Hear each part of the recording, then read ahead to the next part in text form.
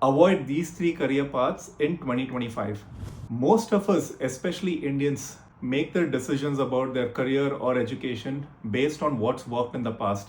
If you've had a relative or a friend who's seen a lot of success in a certain industry or in a certain job role that we've been in, we tend to either mimic or follow them in their path. But things change extremely quickly these days. And it's not limited to just one factor. It could either be a rapid change of technology, it could be government policies, the economy, or even regulations that are set by the government. So when even with the best of intentions, we try to mimic what's worked in the past, there is a potential that we might set ourselves up for failure and lead to huge financial crisis, or put ourselves in a situation where it becomes extremely difficult to either pivot or even backtrack.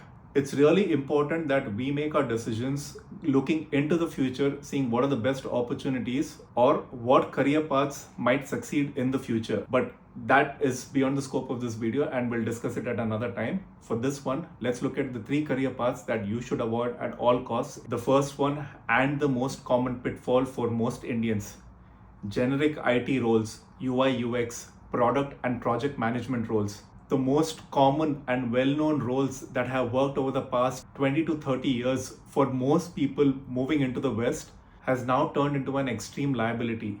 In fact, even people with years of stellar experience, not just in the type of projects that they worked, but the companies that they've represented in, and the experience of dealing with different stakeholders and different challenges, are now finding it extremely difficult to find new jobs. So whether your job is writing code, testing, or even designing screens, or if your job is managing tickets or timelines without real stakeholder ownership or influence, you're the middle layer that either AI or another person is replacing.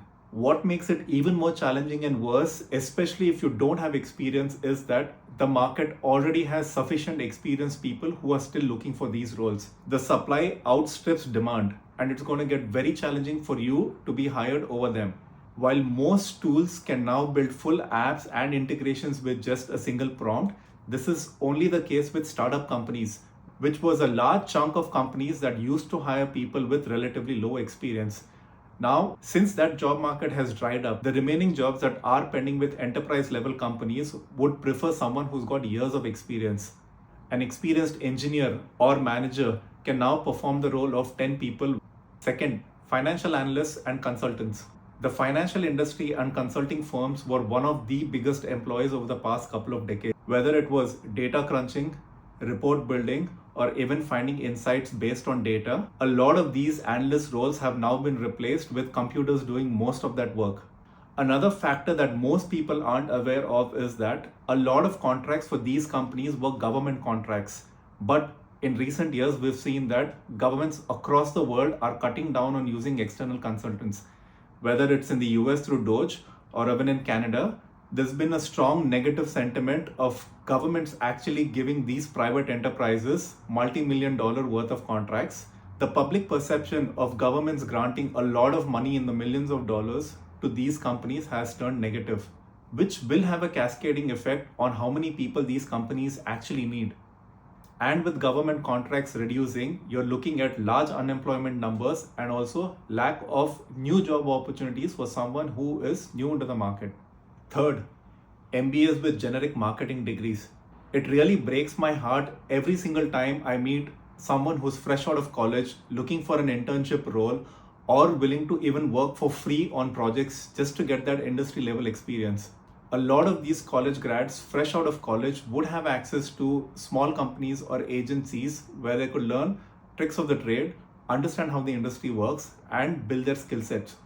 Unfortunately, AI has completely disrupted this industry, leading to the existing staff being able to do the job of 10 or even 20 other new interns. It hurts your case even more if your experience in marketing is in India and you're not able to replicate those skills over here. It can be even more challenging for people who've got their MBA in a different country and are now looking for job roles in a completely different one. Marketing and sales is very regional and very geographic specific.